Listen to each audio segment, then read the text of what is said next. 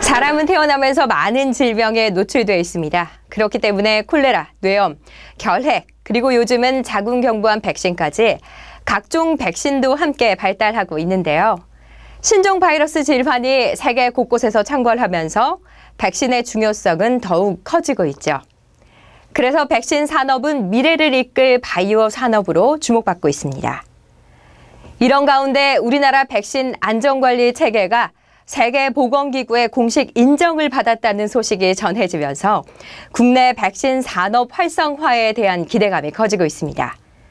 지난 12월 7일 스위스 제네바로부터 낭보가 날아들었습니다. 우리 식약처와 WHO가 업무 협약을 맺었는데요. 유엔에 납품하는 우리 백신에 대한 PQ, 즉 사전 적격성 평가 인증 가운데 GMP 현장 실사를 면제하겠다는 것이 주요 내용입니다. GMP가 뭐냐 하면 의약품 제조와 품질 관리 기준을 말하는 것인데요. GMP 현장 실사를 면제한다는 것은 그 나라의 의약품 제조와 품질 관리 기준을 그대로 인정한다는 것이고 그만큼 의약품 품질 측면에서 안전성과 유효성을 인정받았다는 것을 의미하는 것입니다. 이번 협약 덕에 우리 백신이 유엔 백신 조달 시장에서 매우 유리한 위치에 서게 됐다고 할 수 있습니다.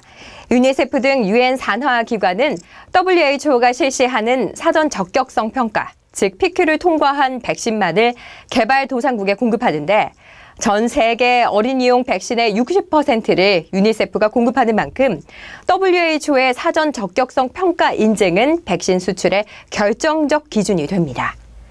식약처가 이번에 맺은 협약으로 인해 앞으로 우리나라 기업이 만든 백신을 수출할 경우 인증 기간이 적어도 6개월 이상 짧아집니다. 우리 제약 기업으로서는 그야말로 황금 같은 기간 단축 혜택을 보게 되는 것이죠.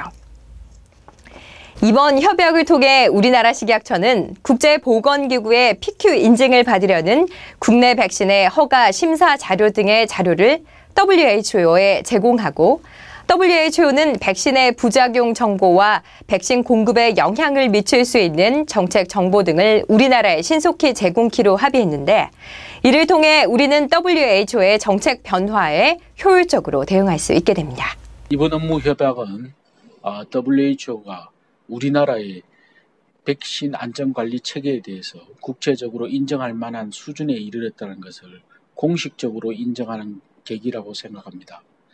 이번 계기로 우리나라 백신 업계가 유엔에 주관하는 공공시장에서의 보다 원활한 진출이 기대되고 또한 세계 시장에서의 우리나라 백신의 시장 점유율이 가일청 높아질 것으로 기대합니다. 지난해 우리나라 백신 완제품 수출은 약 2,230억 원으로 이 가운데 WHO 사전 적격성 평가를 받은 백신 수출이 전체 78%인 약 1,670억 원. 이번 WHO 현장 실사 면제가 국내 백신 산업이 세계 시장을 향해 더욱 뻗어갈 수 있는 훌륭한 계기가 되기를 기대해 봅니다.